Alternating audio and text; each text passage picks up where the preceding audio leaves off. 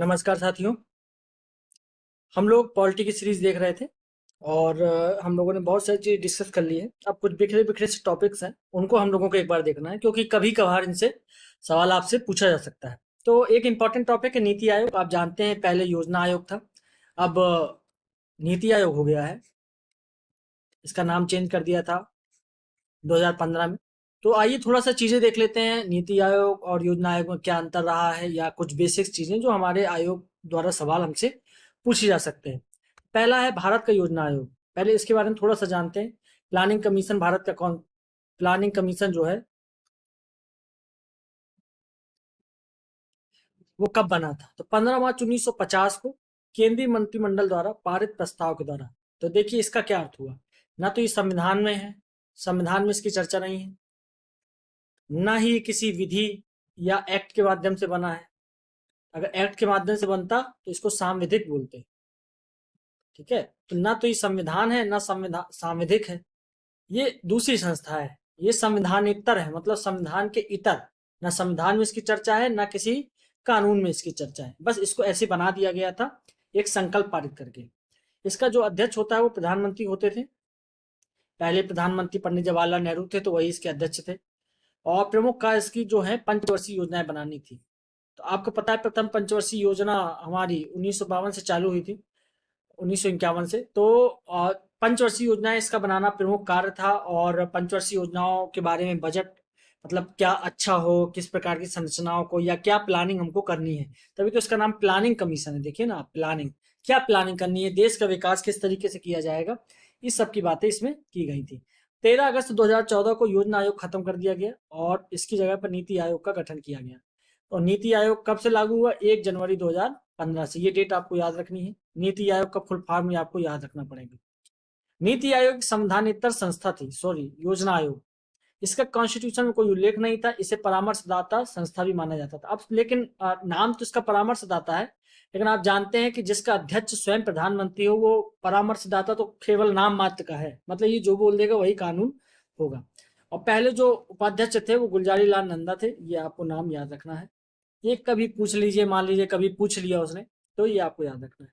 2014 में इस संस्था का नाम बदलकर नीति आयोग कर दिया गया, जिसको हिंदी में राष्ट्रीय भारत परिवर्तन संस्थान कहते हैं। ये फुल फॉर्म आप याद कर लीजिएगा, ठीक है ना। नेशनल इंडियन ट्रांसफॉर्मेशन इंस्टीट्यूट, ये पूरा इसका नाम है।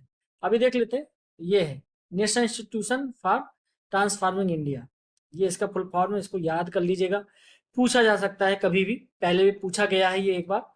तो ये पूछा जा सकता है, छोटे एग्जाम में भी पूछा जा सकता है और पीसीएस में भी पूछा जा सकता है। कभी मान लीजिए यूनेस्को और आपका यूएनओ, इन सब के नाम के साथ नीति आयोग भी डाल सकता है वो। 1 जनवरी 2015 को इसका गठन हुआ था। इसके जो अध्यक्ष होते हैं वो प्रधानमंत्री होते हैं, जैसे कि योजना आयोग के होते थे। इसमें एक उपाध्यक्ष होते हैं। वर्तमान में जो उपाध्यक्ष है वो राजीव कुमार है, राजीव कुमार। और जो भी इसका उपाध्यक्ष होता है उसको कैबिनेट मंत्री के बराबर का दर्जा होता है, कैबिनेट मंत्री। मतलब बहुत पावरफुल पोस्ट है उपाध्यक्ष की। और आप समझ रहे हैं, योजना आयोग में भी जो उपाध्यक्ष होता था उसको भी कैबिनेट मंत्री के बराबर का दर्जा होता था। नीति आयोग सहकारी संघवाद, सहकारी संघवाद का तात्पर्य यह है कि राज्यों और केंद्र को मिलाकर योजना का प्लानिंग करना, योजना को बनाना, ये सब सहकारी संघवाद का पार्ट है। बड़ी इंपॉर्टेंट संस्था है नीति आयोग। पंचवर्षीय योजनाएं, अब देखिए जब योजना आयोग बना था तो योजना आयोग तो 1950 से बन गया, लेकिन योजना आयोग में केवल प्रधानमंत्री होते थे। केंद्र का ही रिप्रेजेंटेशन होता था, केंद्र के लोग बैठते थे, राज्यों के लोग थे नहीं। तो ये बोला गया कि राज्यों को किस प्रकार से शामिल किया जाए। तो राज्यों को शामिल करते हुए एक राष्ट्रीय विकास परिषद, national development council, national development council NDC का गठन किया गया 6 अगस्त 1952 को। इसका काम यह था कि राज्यों का समर्थन लेकर, राज्यों का मतलब राज्यों को साथ में लेकर योजना को बनाना। इसके भी हेड जो होते हैं वो पीएम होते थे, इसके भी हेड जो है पीएम होते थे। और विभिन्न राज्यों के जो मुख्यमंत्री वो शामिल होते थे। साथ में जो आपके यूटीज हैं, मतलब यूनियन टेरिटरीज, वहां के प्रशासक, गवर्नर हो गए या राष्ट्रपति ने जिनको वहां प्रशासन चलाने के लिए नियुक्त किया हो, उन सब वो सब शामिल होते थे। साथ में वित्त मंत्री भी हमारे शामिल होते थे। तो नीति आयोग आपने यहाँ देख लिया। आपको मैंने प्लानिंग कमीशन के बारे में बता दिया और मैंने साथ में आपको बता दिया एनडीसी, नेशनल डेवलपमेंट काउंसिल। तो आइए अब सवाल देख लेते हैं, सवाल कितने प्रकार के पूछे गए हैं। पहला सवाल है, कौन सा एक संविधानेतर संस्था। संविधानेतर का मतलब होता है संविधान में जिसका जिक्र ना हो। तो संविधानेतर संस्था कौन सी है? संघ लोक सेवा आयोग। इसका जो गठन होता है 315 के तहत होता है, ये संविधान में दिया हुआ है आर्टिकल 315 के तहत। वित्त आयोग मैंने आपको पढ़ाया है, 380 280 के तहत होता है ये। निर्वाचन आयोग, ये भी मैंने आपको पढ़ाया है, 324 के तहत इसका होता है। तीनों ही देखिए संविधान में दिया गया है। नीति आयोग जो है संविधान में नहीं दिया गया, ये इसका आंसर हो जाएगा। ये आपको याद रखना है। आइए चलते हैं, योजना आयोग की स्थापना की गई तो राष्ट्रपति के द्वारा अध्यादेश जारी करके नहीं। अध्यादेश की पावर वही होती है जो एक्ट की पावर होती है, तो ये नहीं है। संसद द्वारा कानून बनाकर तो एक्ट के तहत बनता, एक्ट भी नहीं है ये। संघीय मंत्रिमंडल परिषद द्वारा एक विशेष प्रस्ताव, एक विशेष प्रस्ताव का मतलब होता है कि कोई विशेष कार्य करने के लिए इसका गठन किया गया था योजना आयोग का। तो इस प्रकार से ये इसका आंसर हो जाएगा सी, और इसी तरीके से इसका विशेष प्रस्ताव लाकर इसको बनाया गया था। योजना आयोग को प्रतिस्थापित करते हुए किस दिन नीति आयोग अस्तित्व में आया? हालांकि ये अगस्त में ही आ गया था, लेकिन 1 जनवरी 2015 को इसको लागू किया गया। 1 जनवरी 2015 को ये अस्तित्व में आया, इसी दिन से इसने कार्य करना चालू किया था। नीति आयोग के विषय में निम्नलिखित में कौन सा एक नहीं है, सही नहीं है? यहाँ नहीं देखना है, ये देख लीजिएगा। इसका गठन योजना आयोग के स्थान पर किया गया, बिल्कुल सही बात है, योजना आयोग, तो ये हमारा आंसर नहीं हो सकता। इसमें एक पूर्णकालिक अध्यक्ष होता है, छोड़ दीजिए। इसका गठन जनवरी 2015 में किया गया, बिल्कुल किया गया, ये भी नहीं हो सकता आंसर, क्योंकि हमें गलत ढूंढना है, सही नहीं। यह सहकारी संघवाद के सिद्धांत पर आधारित है, तो यहाँ पर देखिए ये भी सही बात है, तो ये आंसर नहीं हो सकता। तो ऐसे तो हमारा आंसर बी होना चाहिए। अब इसको भी पढ़ लेते हैं। पूर्णकालिक अध्यक्ष, तो पहले अध्यक्ष कौन होते हैं? पीएम। पीएम पूर्णकालिक हो सकते हैं इसमें? सरकार चेंज हो जाएगी तो पीएम भी तो चेंज हो जाएंगे। तो पूर्णकालिक अध्यक्ष जो है वो पीएम नहीं हो सकते इसमें, केवल अध्यक्ष है पीएम। ठीक है, तो ये आंसर आपका बी हो जाएगा। इसके बाद आगे बढ़ते, योजना आयोग का उपाध्यक्ष के समक्ष होता है, समकक्ष होता है। ठीक है, समकक्ष होता है। मैंने आपको बताया कैबिनेट मंत्री के समकक्ष होता है, बहुत पावर होती है इसकी, डायरेक्ट पीएम को रिपोर्ट करते हैं। ठीक है, भारत में राष्ट्रीय विकास परिषद, नेशनल डेवलपमेंट काउंसिल, एनडीसी कब गठित की गई थी? अभी मैंने आपको जस्ट बताया कि 1952, 6 अगस्त 1952 में एनडीसी का गठन किया गया था। इसका पर्पज ये था कि योजना आयोग में केवल केंद्र के व्यक्ति होते थे, राष्ट्रीय विकास परिषद में राज्यों के लोगों को भी शामिल करके एक ये समन्वय स्थापित करने की कोशिश की गई कि राज्य क्या चाहते हैं, उनको अपनी योजनाओं में किस प्रकार की चीजें, भागीदारी चाहिए, तो वो अपनी बात को यहाँ पर रख सके। तो 6 अगस्त 1952 को एनडीसी का गठन किया गया। आगे चलते हैं, निम्नलिखित में कौन योजना आयोग तथा राज्य सरकारों के बीच समन्वयकर्ता का कार्य करता है? तो कौन कार्य करता है? ये मैंने अभी तो पढ़ाया आपको। योजना आयोग जो है केवल केंद्र सरकार को रिप्रेजेंट करता था, राज्य सरकारों को भी शामिल करने के लिए एनडीसी का गठन किया गया। तो अब इन दोनों के बीच समन्वय कौन बनाएगा? एनडीसी बनाएगा, तो राष्ट्रीय विकास परिषद इसका आंसर हो जाएगा। राष्ट्रीय विकास परिषद की अध्यक्षता कौन करता है? तो राष्ट्रीय विकास परिषद की अध्यक्षता मैंने आपको बताया पीएम करते हैं। ठीक है, तो इसमें भारत का प्रधानमंत्री इसके पदेन अध्यक्ष होते हैं, जो प्रधानमंत्री होगा वही इसका अध्यक्ष होगा। पदेन शब्द आप जानते होंगे, पदेन मतलब होता है पद पर आधारित। अगर पीएम उस पद पर बैठेंगे तो पीएम में कोई भी व्यक्ति आ जाए तो पीएम ही उस पद को सुशोभित करेंगे। तो ये भारत का प्रधानमंत्री पद जो है पदेन अध्यक्ष होते हैं राष्ट्रीय विकास परिषद के।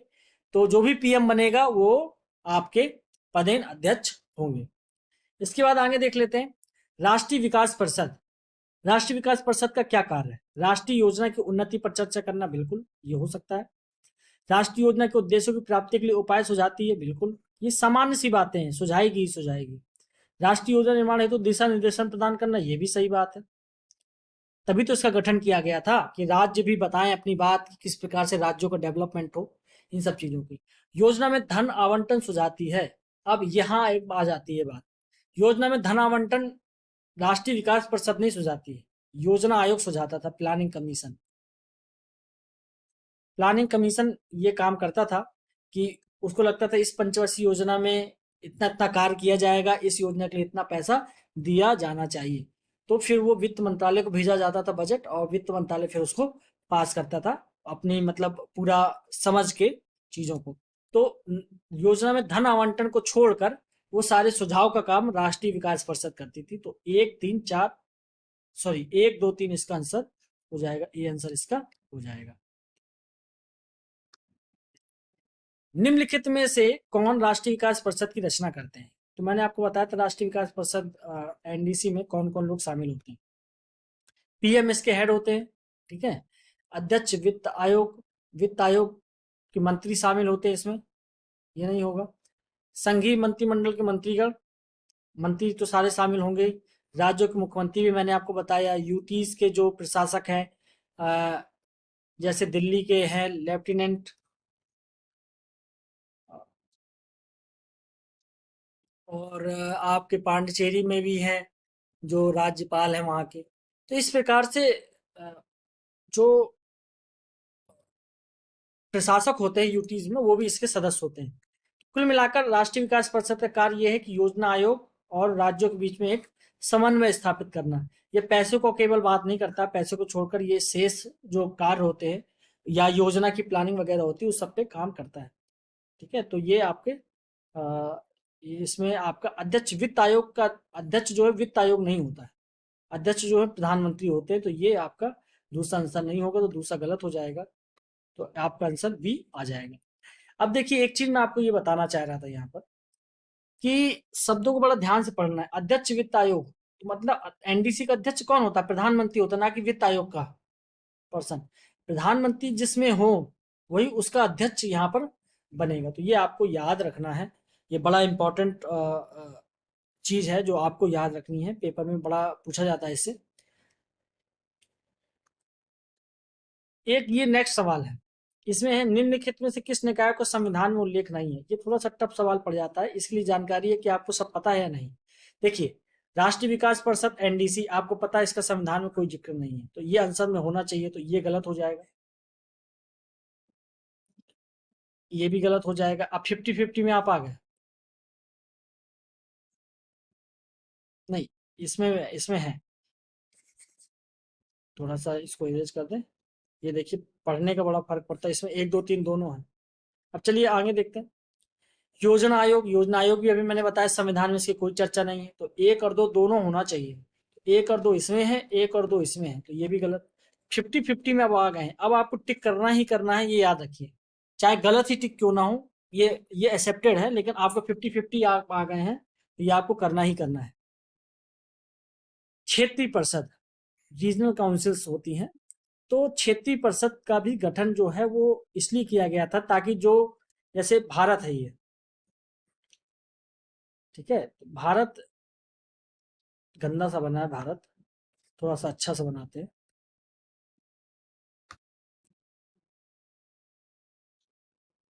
ये देखिए भारत,